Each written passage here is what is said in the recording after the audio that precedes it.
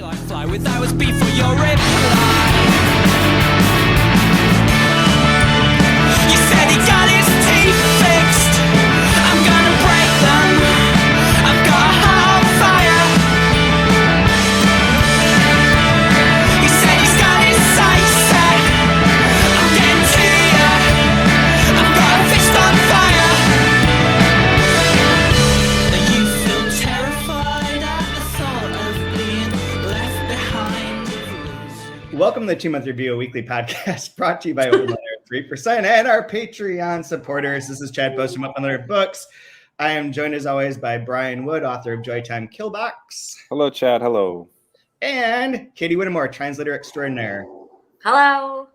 So, Brian, I have to say, I want to start here. Well, just to frame this for anyone who has never listened to this, and if you've decided that this is the episode that you want to listen to, episode 8 of season 17, the final episode of this season, you just want to jump on in, get your feet wet. This is a podcast in which we take a book, we talk about it for a long time, try and have some fun, try and entertain you. I guess that's the big point of this, is we want to have some joy reading a book. And this season we are doing 2 books, Eltit's Never Did the Fire and Daniel Hahn's Catching Fire, a translator's translation diary that goes along with it. And as I said, today is the last episode, so we are completing the whole book. Everything's on the table. We could talk about anything. Spoilers, fine. Brian, start by asking you, I hope you had a good Father's Day. Yes, I did. And I assume you had a better Father's Day than Elon? Oh, no. What happened? Have you heard about Elon? No. I'm just going to read you a headline, both of you, and I want your hot takes. This is amazing. Elon Musk's teenage trans daughter has disowned him, saying she doesn't want to be related to him in, quote, any way, shape, or form, unquote. Well, did she tell him that on Friday? Was that statement happen on Father's Day? That's the day that showed up. Well, if my dad was one of those lizard Illuminati people from ancient Babylon, I wouldn't want to be associated with him either. So good on them. Unzip his skin suit and step out in his all his lizard glory. Yeah, him and Jeff Bezos and the commissioner of the NBA, they're all lizard people. They are super lizard people. Mm-hmm. Throw Rob Manfred in there while we're dissing those people. I don't wish ill on anybody, obviously, and that's just I don't know. That's sad and that sucks, but I'm sure he's just not a good person. You can tell he's a terrible. He's a terrible bad person, and I'm glad his child was able to recognize that. So same here. Kudos to them. Good job. Run, just run. This is the I'm one still concerned about Grimes. I'm still very concerned about Grimes' well-being. She's trapped in a house, much like the characters in our book are trapped in a house. See what I did there? But are they together, or are they? They are separated, but they continue to have babies together and another baby. That's right. Yeah, that has a name that I don't remember. That and I think they're petitioning to change the name of the first baby too. It's all I can't stand him, but he's litters my feed because I click on these fucking articles and then Apple's like, look, here's everything Elon's ever done, and I'm like, so interested in Elon Musk. I'm crypto bro. I'm a crypto bro. How do you think I got this fly pad I have? Dogecoin. How do you live that glamorous lifestyle? Yeah. How am I jet setting around the world? It's not on an academic salary. It's Dogecoin. Yeah. Or what about, did Kaya sell a bunch of NFTs? No. Because she could put you in a mansion. That'd be nice if I had a sugar mama and I have a sugar anyone. Give me a sugar daddy, give me a sugar mama. I don't give a shit. Elon, if you're looking for a new child, I'll become your child. Oh dear. How did you guys like the end of this book? Is there any point to this book? Yes. Brian, go. Question before you move on, Kate. I was happy. Everything that we were kind of honing in on was really ringing loud at the end with the bodies, the things being destroyed, the degradation, circling back to the child, the trauma of losing the child, the importance of the child, losing the cell, like all of it, it circled back into that. So that was satisfying that we were, kind of right, or like at least catching those at the beginning. Yeah. I've liked the ending more than I liked the beginning. Because I like all that weird violence. Yeah, no, but I do think it's been like I was sort of felt like intrigued by how this was going to unfold at the end. And Chad, you texted me like, they're dead.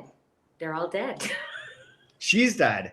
She's dead. She's in limbo. She's in limbo. This is my argument. She is in limbo.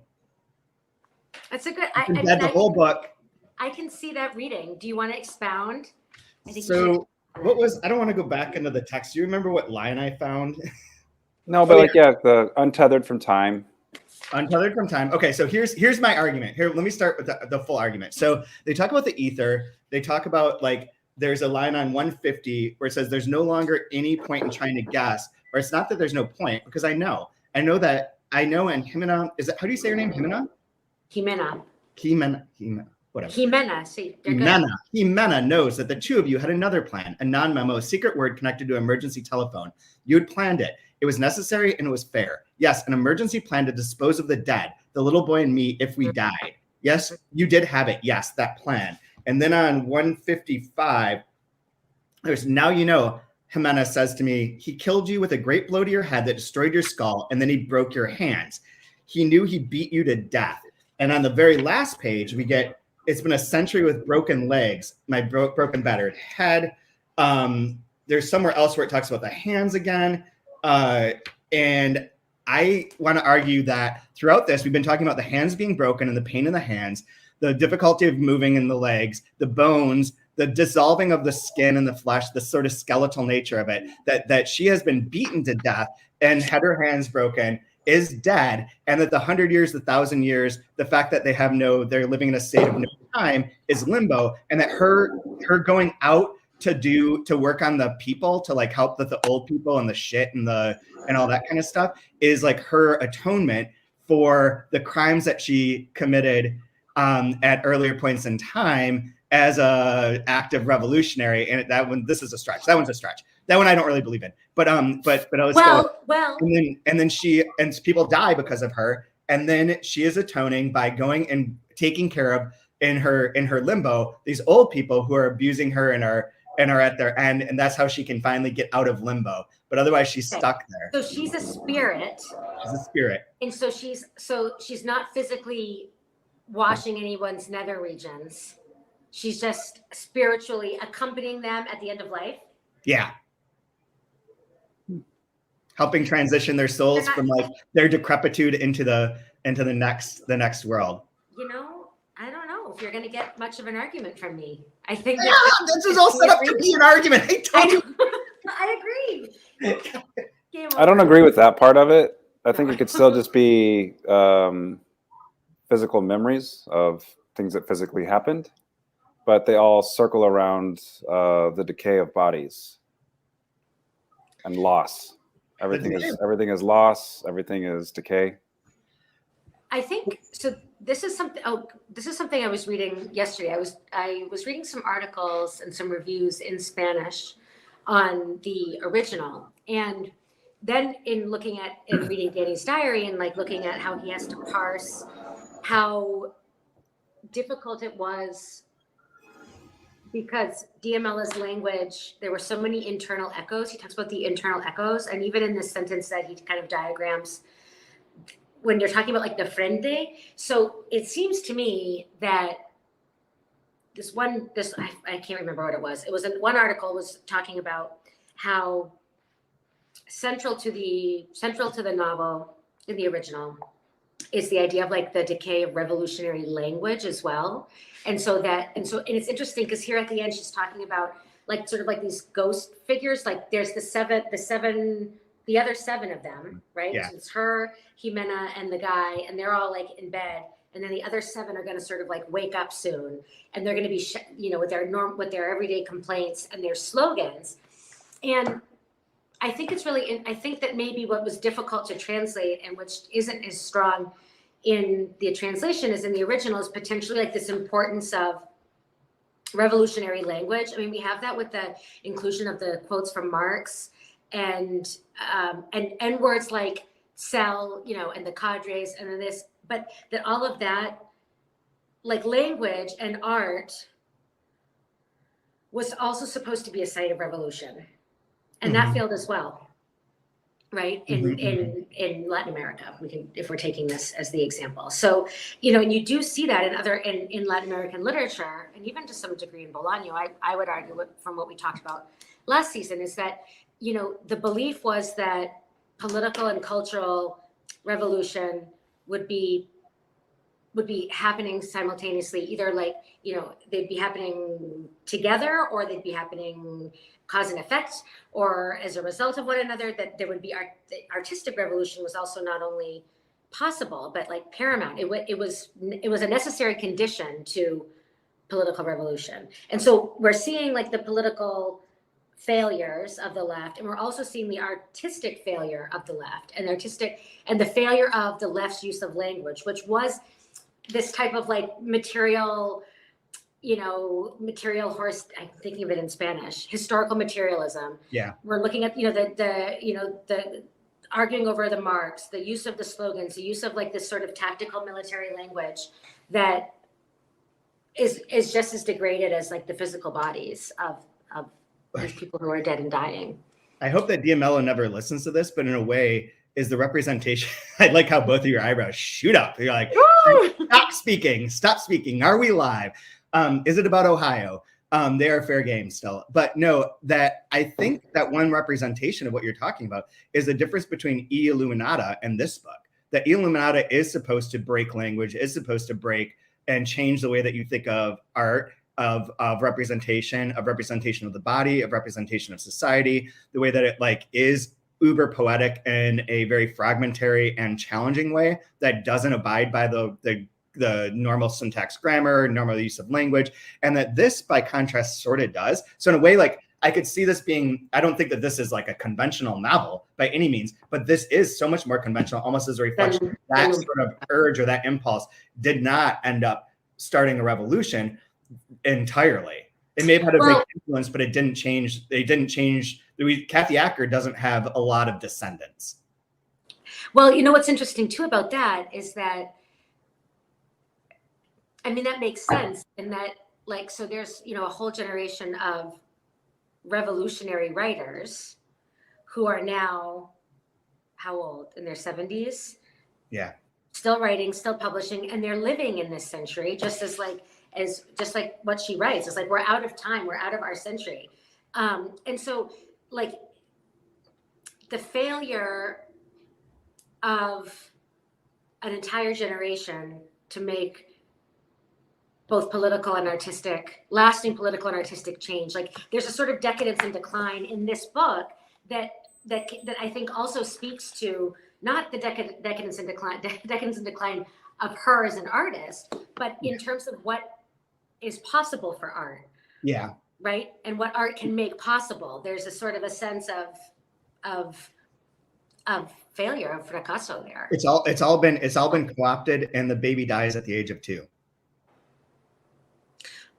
Or does the baby die before the baby's born? Does the baby die with, like, that's the question. And that's why I think, okay, he didn't kill her with a blow to the head, because, I think this is some sort of, like a fantasy or an imagining or an invention of that. It's also kind of a metaphorical death, I think, in terms of, she comes to him pregnant. Also, we don't know whose baby it is, and that's something that I hadn't expected. I hadn't thought at all that it was going to go in that direction. I thought of that last week when we were talking about the SDS, and when I was saying the thing about like the women were supposed to just be available to be fucked all the time, and that was like the ultimate freedom. But then if one of them got pregnant, that's like an off the board sort of thing. So I thought of it in relation to that, but didn't want to bring it up until we got to this point. So it's interesting. Like she talks about, when she and Jimena are sort of like talking about, Jimena's like, I slept with everybody, every position, anytime. Yep. Everybody in the cell, and not just the cell, but like the directivos, right? Like the higher ups. Mm-hmm. And they're sort of like talking and laughing about this. And then we hear this, oh, wait, we need to go back to something too. We need to go back to the mirror domestic violence crime of passion that we talked about last week. See, that's another one that fits into my theory. Exactly. I forgot that was another one of the triggers. Or is this like the fantasy? Like she's spinning out these different possibilities, right? But so back to what I was saying before about Jimena. I mean, so our narrator has been caught and imprisoned. Torture and rape as torture were used. I mean, rape was a weapon of war. A lot of revolution, a lot of political prisoners were raped, female political prisoners. So, I mean, it's not outside the realm of possibility that she's been impregnated by, paramilitary forces. In which case, she comes back and she's going to bear that child, and he has to, deliver that child and possibly live with that child, and it could be like the child, literally, of the enemy. Yeah. No, it's just interesting possibility. Like she comes back, and I would assume she's like, he gets caught 4 months after her, I think, if I remember. I don't know. There's something to do with he gets caught 4 months after she does. So, and she's about to kind of give birth. Like she's probably really pregnant when they meet up again. So it seems like she's like 8 months pregnant when they meet up again. So it's possible that, he's not. I had just this whole time been thinking of them as like a conventional couple. Like that's what I had assumed and read into it, was that they were this sort of like more like they were, like a couple, boyfriend and girlfriend, and they're like in a revolutionary cell. But it's like that was maybe something I was assuming that is not correct. Was reading more into that. And the movie version will be much more romantic, I'm sure. Like since they were teenagers, and they're gonna like make revolution together. Yeah. So Brian, what's your take on Chad's theory? I could get down to like half of it, but I think the way it ends, it's no matter what you do, it's meaningless, because I like the juxtaposition of the two horrific deaths. You can rob a bank and get shot in the face, or you can just get in a car crash, but it's the same fate. You're dead, and then there's this bureaucracy that stands around kind of showing their power in this kind of meh kind of way, and it's just clogging things up for everybody else. Yeah. I really like that image of those two deaths in the last couple of pages before it describes her own. And I was really, and it could be metaphorical, but I do like that it's a trauma to the head and trauma to the hands, because it makes me think your thoughts are no longer, I'll take your thoughts from you and I'll take your hands from you. You can't do anything. You can't think anything. You can do nothing. Yeah. Yeah. And it's interesting, like it's it's this exact mirroring on page, where is it? 135 from last week. Yeah, 135, when she says, the blow to the head dizzies her, and she understands that she ought to get up on her 2 feet and try to run away. And then it broke both her hands. This time she really is going to be killed. A crime of passion. Another one. My own. And last week that didn't make much sense. It was like, she was imagining herself in that woman's place. But yeah. I have a question for you I have a bunch of questions. I'm trying to find a pen that you guys have both sparked to me in the past few minutes as you were talking. One is, in relationship to that, Katie, do you think reading this book in sections slowly is not the best way to read the book. Should we perhaps have done this as like reading this book in like 4 episodes and reading the diary in 4 episodes, and rather than reading this in 8 episodes in which you don't get to connect those pieces? And I mean, I think you have another book example that's sort of like that you think should not be read in pieces and something. Is it time for me to plug a forthcoming Jalki archive title? Whoa, that sounds amazing. That sounds like a good idea. Well, I'm I'm helping to edit a really amazing book by Carla Marufo, who's a Mexican writer, and it's translated by Alison DeFries. And it's a similar sort of like winding through time with like a really unstable narrative voice. Like there's a lot of repetition, there's looping and re-looping a lot, and whole sections are repeated with like 1 or 2 small variations. And so it's this feeling of like that I physically have this feeling of, you want to be carried along. That's what the text is asking of us, right? Is to sort of be like in the flow of the text. And there are places, right? So you can have an arbitrary interruption, which we created in breaking this up, or it can be it can be other types of interruptions in the text. It can be something that as a translator we need to rework, or it could be something stylistically, right? Like I'm even talking about the use of italics. Mm-hmm. Like I'm saying, like, because there's no the whole thing is written in lowercase. There is punctuation, but everything's in lowercase. So like I come across an italic and I don't want to see the italic because I'm already in a particular flow. So yeah, I think some text it does the book a disservice to take the reader out of what should be maybe a bit more free flowing, where like we would experience the resonances and the echoes without having to be like, oh, that seems familiar. Hold on. Like, yeah. I think 3 weeks ago, I saw something about that. I think we would feel like this different kind of internal rhythm to the book if you were reading it not so start and stop, not with so much time distance between sections. That's my opinion. Related to that, to build off of that for a second, and if Danny's listening to this, Danny or anyone, Sam, Caro from Caroline from Charco could help out with this. If you could send me the Word file, I would like to run a linguistic analysis on this and see what the most common words are in their orders, because we've talked about like body, we've talked about bone. If you look at different, the resonances, metal shows up a lot.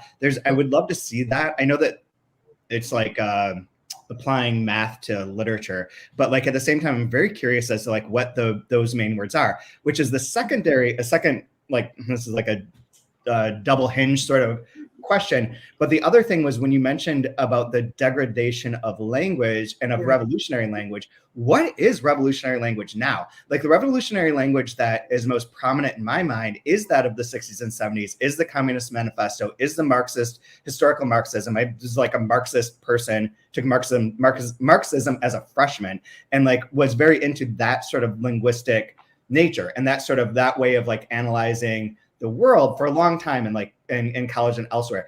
But that language doesn't hold anymore, really, I don't think. I mean, there is like, I know this is coming from a place of some semi-ignorance in that Verso does publish like 1 billion Marxist related books. And there is a new set of language and of linguistic sort of terminology and of ways that you address that. But like with the common people, what is our revolutionary language now? Is it been degraded, like you say, from the time when we talked about comrades and, the bourgeoisie and use that as a criticism and use those loaded terms that people knew what they meant and they had like a certain amount of revolutionary power? I mean, you could have anybody, it wouldn't matter, people weren't necessarily, I mean, there were university educated people that were studying Marxism and reading sort of from like a philosophical standpoint. But, one would assume that there would be people who were not, coming at this from a traditionally educated background, and that they were very, very well aware of the means of production, and they were able to talk about exploitation of labor. I mean, I don't think that what's our revolution now? That's the question. So what is revolutionary language? non-binary, like gender. I mean, I think that we're in a new place of intersectionality. We're in a, like, what's the revolution? What are people trying to make change? Can I ask a question? Can I ask a follow-up question to that? Before you go on, is a follow-up question is like, is capitalism just get a pass now? Because that was the focal point of all of this, was capitalism was tied to racism, was tied to like oppression. And I don't feel like that's really the aim anymore. There's a larger, I think I feel like, yeah, there's the intersexual part, but there's, it's also more, it's still tribal, but it seems more individual. And then it's also more environmental. Environmental too. I think so, but yeah, I don't know. That's one small opinion. No, I think that's really interesting. Like, I think you have to look at what type of revolution are people agitating for.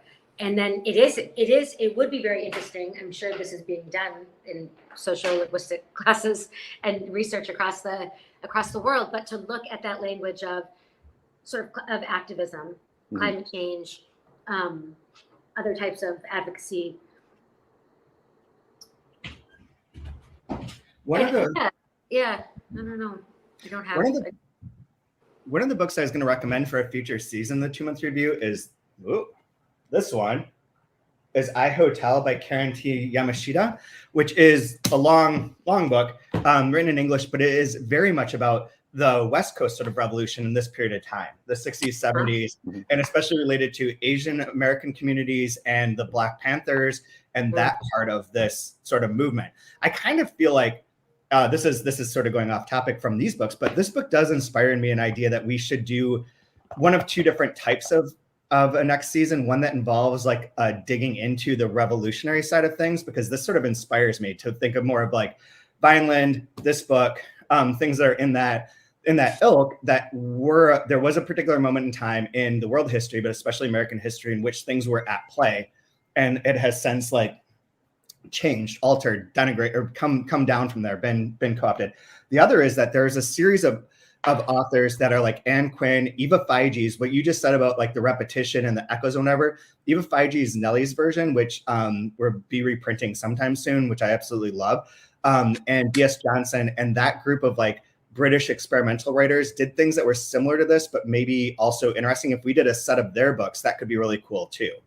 Anyways, that's like off topic for all of our Patreons who get a vote on the next book that we want to do. If you subscribe at the $10 or higher level, I don't know, whatever, figure it out. It's on the Patreon / patrons, just figure it out yourself. Figure that shit out. I don't have it open right now. That's also another topic. I don't know if it's to discuss now, but it would be interesting in the future. But that idea of what role does art have in revolution? Which ties into 2666. Like, is this a theme that we've sort of developed here? And like one side of it is the linguistic that you're talking about, Katie, in terms of like what is possible within fiction, which is something I'm very interested in terms of structure. Like I just read those two Spanish books that Delkey did, The Irish Sea and Double Room. And the structure of those is so unique and interesting and fascinating, and makes those books really cool in terms of like upending what would be a conventional sort of narrative. And then there is also the revolution of like, what are we fighting for sort of revolution, I guess. Well, and it's interesting because like, I think this is a time where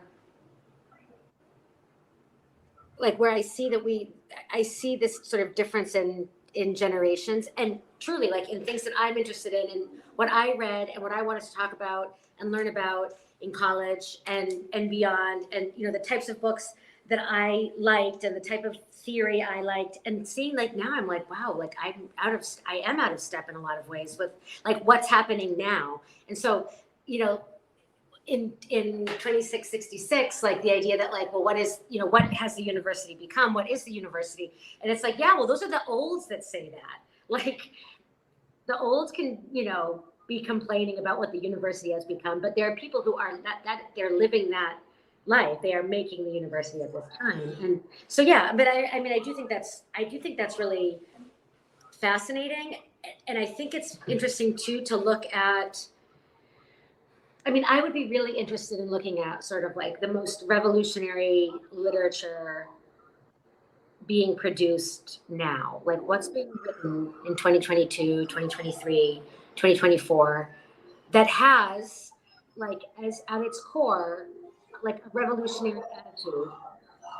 What are they writing about and what kind of revolution do they want? And is it counter-revolutionary or is it actual revolution? You know, I don't know. I don't know. I don't have an answer for that, but I wonder, I would love to hear what people be interesting to reading. If anyone's listening, if anyone has any suggestions of books that fit into what Katie's suggesting or anything that you think we should cover in the future seasons, please DM us, email, or just tweet it at the 2 Month Review Twitter, or do we have an Instagram? No, we don't. Just a Twitter account. Do that, because it would be interesting to see that too, because I don't come across a lot of books that fit into what you're talking about. And it doesn't have to, and it doesn't have to necessarily be political.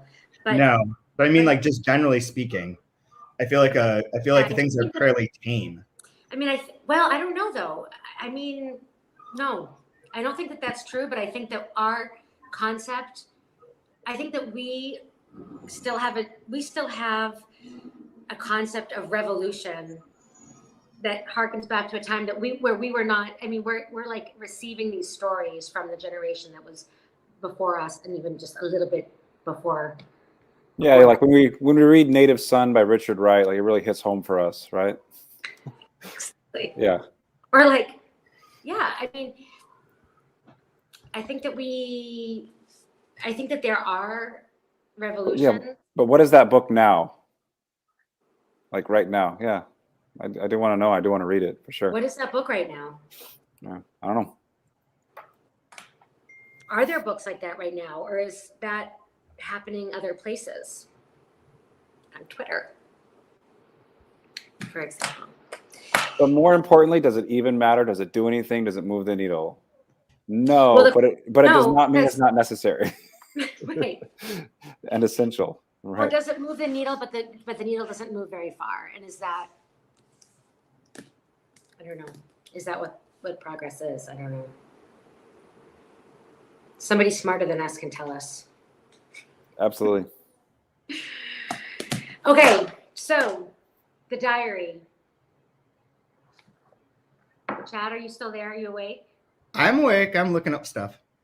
Okay, don't leave us. Come back. Yep. You don't need me. You guys go on. I did have a question for you about the diary. He had made towards the end where he talks about after letting it cool for a couple weeks and waiting to hear back from the author, and then where he starts feeling like he's hitting that stride where he's got the voice, he understands the narrator. How do you know when that clicks for you? Or do you have projects where you're like, I don't know if I really nailed that? Or do you have ones where you feel like you really hit it, and there's ones where you're like not in the vein? Yes. There are some when I feel like I've really hit it. And those are like maybe say recent translations that I will look at in 6 months and say, wow, how did you possibly think this was acceptable? Or how did you miss this thing? You know? Yeah. And like, so I have this, it is a fascinating thing. And I think it must be, I don't know, it must be the same. Is it similar? Like for when you're looking as a writer of your own original work, like do you look at things and say, yeah, I would leave this just as is. I mean, with translation, I really feel like you really, really could revise forever. And I have these, the Triptych project is coming out in July, and I wanted to send in like a little video to the Translators Aloud YouTube channel of like reading a little bit from each book. And so I was looking at them last night and I'm like, oh my God, I don't think I could, there's not even a page I would want to read and videotape, and it's like they're coming out in like a couple of weeks. And at one point I thought they were great and they were all ready to go, and you always find things. But yeah, I mean, I think you get to a point where you have to accept it. If you have the deadlines, like Danny says, a lot of time it's just like, no, I'm sending you these proofs and you have to just like make sure your name is spelled right. And then that's it. You can't send me any of the changes. That's it. Well, I'm sure it's a clunky analogy. What? I have okay, so not to sell out the intern, I won't name them, but I had an intern go through Harry Matthews cigarettes and like the new edition of it that's coming out and put together like the scan file and get it all together. And they misspelled Harry Matthews' name on every single page in every single instance. Because it was one T or two, he put one two T. It's only one T in real, it's only supposed to be one T, but yeah, check the names. Well, there's instances of that happening. Yeah, I was just curious though with the translation process, if it feels like, you know, if this is a clunky analogy, it's fine. But like it's almost as if you disassemble something and you're putting it back together. So at one point it's just a corpse, and at like when does it get that like it's alive, like the Frankenstein? Yeah, shape? right. Like because there's this idea of like taking it apart and then putting it back together, and then like where's the spark? Does like if it's a car, if it's a machine, does the engine turn over? Does it come alive? Is it ready to? You know what I mean? Totally. And I think there's two things I want to say to that. One is just my own sense is that, you know, when Danny talks about coming back to the book and reading the book as a reader and saying, okay, like I know who this narrator is now. Yeah. I think for me, like the most productive revision work and finding like where you are sort of like getting things set into the rails is really, really working on voice and saying like do these words, do the choice, you know, you have all these choices of words, right? That you can put back together, as you say. And it's like, does it fit best in this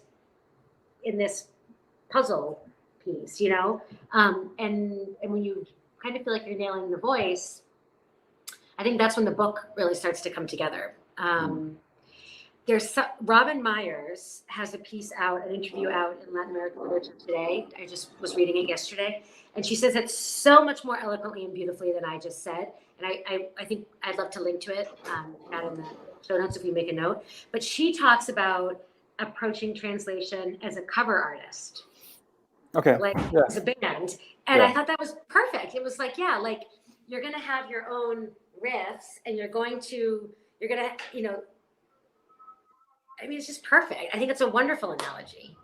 And every now and then you have All Along the Watchtower where the cover is better than the original. That's true. And that's okay. That can happen. And again, that's the evolution of an artistic product, right? And it's the versioning. I think the more that we think of things as versions as opposed to replacements, the better. Mm-hmm. The more enjoyable the experience is too, because you're not trying to like catch anybody out for, you know, did they do a good or a bad job? It's like, no, it's a different product. Yeah. I thought that was really beautiful. I also love that analogy because, and she's a poet, as you know, and I think that it speaks to the importance of and Yanni talks about this too, the importance of the ear and the importance of like the musicality and of sounding things out and of reading out loud and of making sure that like, you know, if the book is prose poetry in the original, like it needs to be prose poetry in the translation. And that's hard because not everybody writes prose poetry. So if you have the, you know, the good fortune of working on someone's book that has that type of lyricism, I mean, you really need to try to replicate that, and that can be really, really difficult. And that is something that I struggled a lot with Laura Moreno's Wolfskin, and I'm reading this book that Alison DeFries translated, the Mayo, and I'm seeing this, and it's like, wow, you know, it's this whole other level of translation where first, you know, you go through the first draft and you just want to make sure that you're getting like that you're doing like service to the original, to like, you know, as much of the meaning as you can. And then later it's going through and saying, it's just refining or tuning. And I don't know, what's that like in your process, Brian? Like when you write? Yeah, do you I think read things out loud. Like, do you pay much attention to how things would sound, or is that? That's like King Daddy for me. Is that you're like, if it doesn't sing, it's dead. Like, and every student I'd say, like, I don't like, if you don't learn anything at all from me, just read your work out loud and your ear will call out all the bullshit every time. I love that. Like, you don't need to major in music to know if somebody hits a wrong note. Like that's an opera singer that their whole life is singing. Yeah. And if they hit the wrong note, you as an idiot will know it because your ear is that good. Wow. And so you don't have to be a great editor. You don't have to be a great writer for your ear to be like, dude, that sucks. Yeah, that's not right. And you can't hear it unless you're reading it out loud. So like, I'm really big on, it's got to be out loud. It's got to sound good. And if it doesn't, it's not good enough to be on the page. Get it out of there. Like, yeah, totally. It's really great. Yeah. I think that's something that, like, I think we need to have that hammered home as translators as well. I mean, maybe more explicitly. I think that that's something that, you know, when you workshop a piece or that you would have in mind, but I think few people actually, you know, and Danny talks about being able to sort of like, he reads the work silently, imagining it out loud. But I actually think that reading it out loud, there's something to that. And I'll find a lot of times, like Chad and I edit this way a lot when we read stuff out loud. And there'll be times like, if I read you something, Chad, I'll change it. I'll change what it says. Like, I will say something that's not on the page. Like, I'll change a word. And you'll be like, okay, well, now there's something that you need to go back and fix in the translation, because you didn't even say what you had written yet. You said something else and it sounded better. Yeah. So like you can trick, your mind sort of tricks you as well. Like, and when you're in the flow of that, is you do sort of come up with what does sound best when you're speaking aloud. That's cool. It's one of those old school, like, metaphors that every old man uses in their book about books or about reading, where reading internally and not saying it out loud is actually a relatively new phenomenon. Like, people would always read, like, things were oral, like you read the script aloud. People would move their lips, like it was kind of move your lips as you were reading, even like when people started reading internally, and then becomes a much more fragmented process now where like reading is silenced, is not verbal, and also is in that way less communal in a way. Yeah.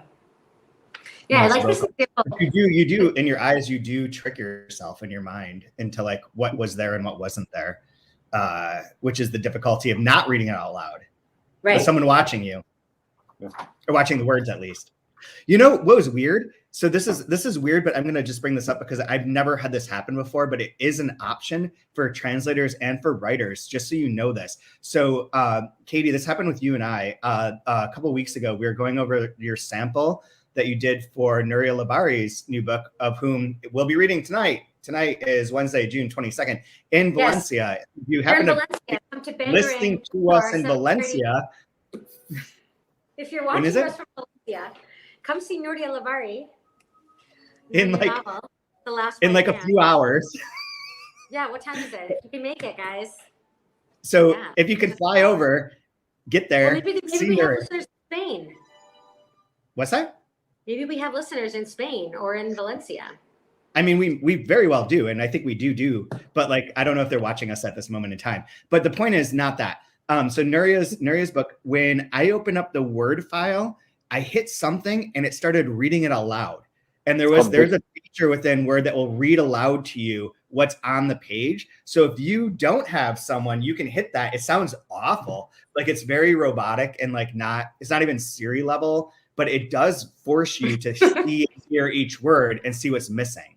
On an Apple, you can highlight your text and there's a dictate speech button. That's it. And that's what I did. I use this one all the time because if you can make the lady robot voice, if it sounds good when she reads it, like, oh, you are golden. These are new tricks. This is really interesting. Because it's just this cold robotic reading, but if the dialogue sounds alive, if the text is vivid with her reading it, right? You're like, wow. Oh man, I nailed it. Yeah. Nuria Labari. Yeah. But when it sucks, boy, it really sucks. Yeah. So yeah, she totally exposes flaws when you have the robot read your work to you, big time. Which is very different from the AI advertisements I get on Instagram for your AI girlfriend who learns who you are and provides like different sorts of input. This AI, not very cool. Yeah. I like this line from the diary as well. It's near the very end. It says, most of those who come to read my translation will be people who would not be able to access DML's novel in Spanish. The aim of my translation, and the reason for all the fuss it's taken me to get there, is to allow them a proxy experience that's as precisely the same as the other book as possible, in all its brilliant, ambiguous complexity. It's beautiful. Yeah, I really like that sentiment of like, why the hell are we doing all of this? Why all this work? Why all this pain? Why all this struggle? Why all this stress? And it really is kind of a wonderful gift to not be able to read the original language, but have access to their thoughts and what they have to say. I mean, that's really cool. It's the point of all of this. So it is the point. Thank you both for all the work you do and making that happen for people like me that otherwise wouldn't get access to any of this. So. Well, what I want now is for you as a writer yourself and as a teacher, I want you to workshop my translations as if they were pieces of just creative writing and really show me, could pick apart those flaws. I think that is a really valuable experience too for translators. That's what we used to do. Get out of the translator bubble, and have the work treated not as a translation. Have the work treated, if that's what we really want, then we need to be ready to accept the fact that some of our translations suck. And like we wouldn't necessarily be good writers, or we need a lot of work to become really, really great writers. Like that's, so I think that's a really exciting place to bring your work as a translator, is just to have it workshopped as if it were a piece of creative writing. That's what we try and do in Plube every week here. Yeah. Or I do. Yeah. And you used to, Brian, when you came. Oh, those were the good old days. I'll be back at some point. Any last things? What do you think of the process technique on page 172, where he takes the one sentence and breaks it apart into the various components, discusses each one, and then brings it back together at the end as an exercise? Oh, I think it's an awesome exercise. I would like to do this with a sentence. I think what this really does is break down how much we do automatically and take for granted in the process. It's like, no, like I'm translating something right now, and it's that first draft, and I'm just type. And I just have this vision of myself, like I'm sitting in front of the computer and I have the book open over here, and I'm just like this. I'm just looking at the book and not making like deliberate choices at all. And so to have to do this is to really have to look. You have to see the nuance, and it might be something that is surprisingly nuanced, that if you do not stop and think about it, you might just go with whatever that first inclination was, and it's probably fine. But again, when Brian talks about things being able to sing, it's like a lot of stuff is okay, and a lot of like your first impressions are fine, but there are these moments where if you do something like this, like I'm looking here at like the involucrados example, which to me is like involved in, but he also said it can be wrapped up in. Like for me, it sort of thinks like they're involucrados like in their own world, right? They're wrapped up in something, but because it's going to have those nuances. And involucrados too, like has, I think for me anyway, in Spanish has like an idea of, could be like a criminal element of it, like someone like is involved in a plot or involved in a plan. And so, I think with what Danny's saying about DML's language, and that there are these echoes of this exploration of like a revolutionary language, trying to hit all those nuances, you have to really pick things apart, which he does here. Like the difference between, choosing like pursued and persecuted. That was really, I think it's cool. Oh, you're right. Pursued. Yeah. I mean, you could do this. You could have someone do this, obviously, just like in a creative writing workshop too. Like say you pick a sentence that you wrote. Now let's, break it down and look at the various elements. And are there other options there? are there other choices that would make that a stronger solution to whatever you're trying to express? Yeah. Yep. Absolutely. Very cool. I like that. I like that as an activity. Yeah. As a concept, as a whatever.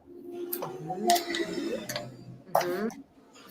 Dang. So Any last thoughts on the diary or anything? So with the diary, like I can see, I think it's interesting. Like, you know, I've gotten stuff out of the diary.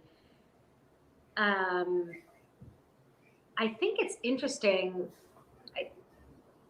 to think of it being published as a standalone book. I don't have a judgment on whether or not it's valuable or not valuable to do that. I do think what's interesting, and which potentially points to it being more valuable, like in the blog format, was that these examples of the real-time interaction with people that are following the process. So like, I like that there's this interactivity with people, you know, with people that are postulating things or offering solutions, or, and so like the idea of like the translator documenting their process, but having it be something that's valuable for the translator as well, which has to be in real time where people can offer feedback, I think ultimately is probably more valuable than having it in like a set book form. But it's interesting. I mean, I don't know, for someone like Brian, I mean, Chad, you and I are like, so we have like translation just like, you know, stuck in the brain all the time. But Brian, like, did you find this interesting or like helpful for process stuff, like what translators do or worry about or how they think? No, I think it was just, you know, it's more of a curiosity of seeing how the sausage is made and just an appreciation of all the struggles that you have to go through. Yeah, I have no desire to translate anything. I enjoy reading translations, but yeah, no, I'm not crazy. I don't want to do what you guys do. What you should do is a translator Twitch live stream where you just put your you don't know what Twitch is? Oh my gosh, you are one of the olds. You are one of the olds. I am. I fully admit it. Do a live stream. We can talk about it off air, but that would be cool. What's the platform? Dude, what do you live stream on? Twitch. On this? StreamYard? No, on Twitch. On Twitch. We could do this on Twitch. We could do this as a Twitch podcast, in fact. Or live stream instead of YouTube. It allows for a lot of interaction because there's a chat that's constantly streaming while you're videoing. That sounds really fun. There's an example that's real embarrassing of Pulitzer Prize winning author Joshua Cohen trying to essentially live stream. I don't think it was Twitch. I think it predates that platform, but live stream himself working on a new book where people could comment on it. And it went on like what he was writing, and you could see him. I want to say that when I watched it, he was shirtless, but I might be inventing that detail. Regardless, that's not a bad idea. That's not a terrible idea to get viewers. But as he was writing, it took like it depends on who's topless. Yeah, it depends on who's topless. Like nobody wants me topless. It would go from like 70 viewers to 0 in 1 second. It'd be like, button down, baby. Let's do the upbird. I love how you guys shut down my attempts at expressing my sexuality. Like I don't even understand what's going on here anymore. It took about 20 seconds for it to go from like something actually relatively positive to people just like insulting him and becoming like, you know, the worst sort of like cretinous internet troll version of stuff. So it like went out of control and didn't work so well. But I think that there's a way that you could do that on Twitch, and it would be kind of interesting. I know, you can what you should do, Katie, is have Brian workshop YouTube read your translation aloud and YouTube workshop it. That would be really interesting. That could be fun. People would listen to that. Maybe, or maybe they wouldn't, but it would still be helpful. Two Luddites trying to figure out how to make machines work. That's going to be great. Let's ask. I'll watch it. Let's ask our second and third graders. They probably know. Yeah. They probably know. Anyone got a favorite line? Oh, I was like, well, let's wrap it up. Favorite line. Well, I read mine. It was from the diary. Shut down. I'm done. Yeah. Get the fuck out of here. My favorite line is just the line that says "so tall" because this book hates short people. The end. And one-armed people. It hates one-armed people. It really hates short people. Okay, let me see.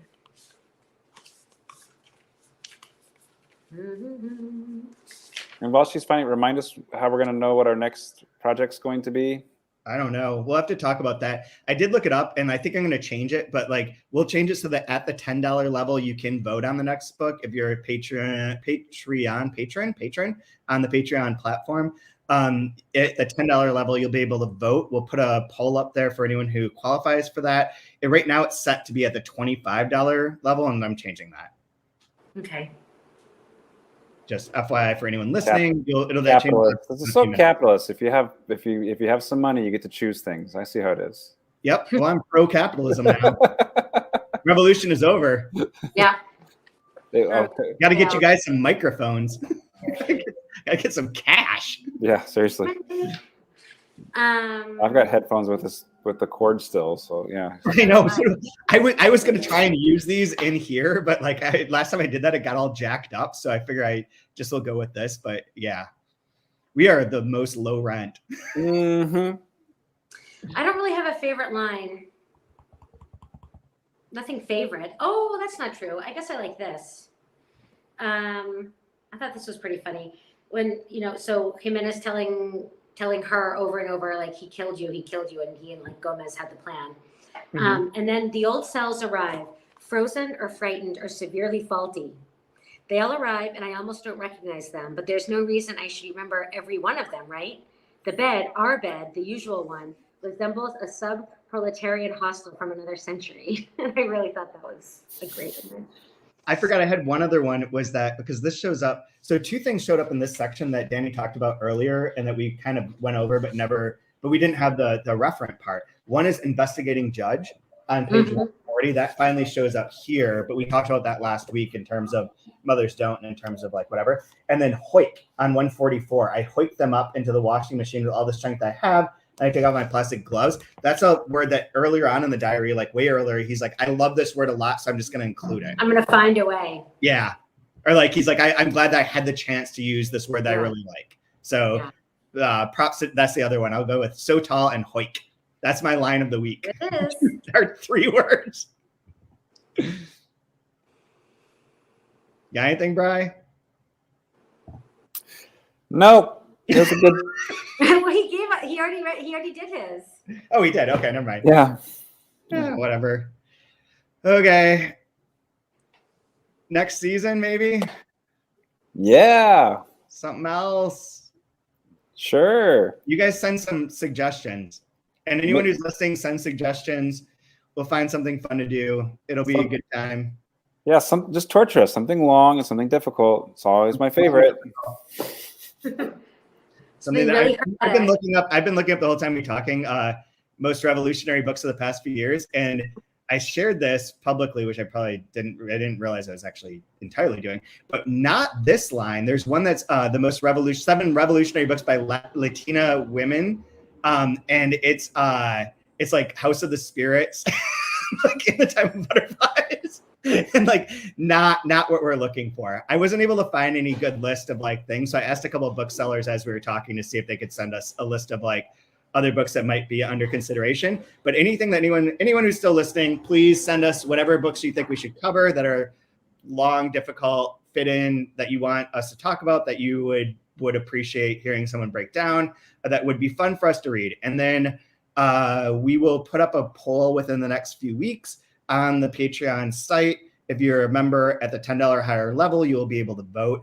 And then we will choose from there. And we will announce it sometime in the not too distant future. And hopefully we'll all be back soon to keep talking. I'm going to miss you guys. Likewise. Thanks, guys. Wish I could say the same, but I'll try. Telegrams and more less detailed by the day, and all the characters are strangers, and the pubs have different names. I tell a joke, I'd like to meet them, but they loathe me and I hate them back. Absence makes the heart grow fonder, fondness makes the absence longer. Length loses my interest, I'm a realist, I'm insatiable. Stop counting days until I fly with hours before your reply.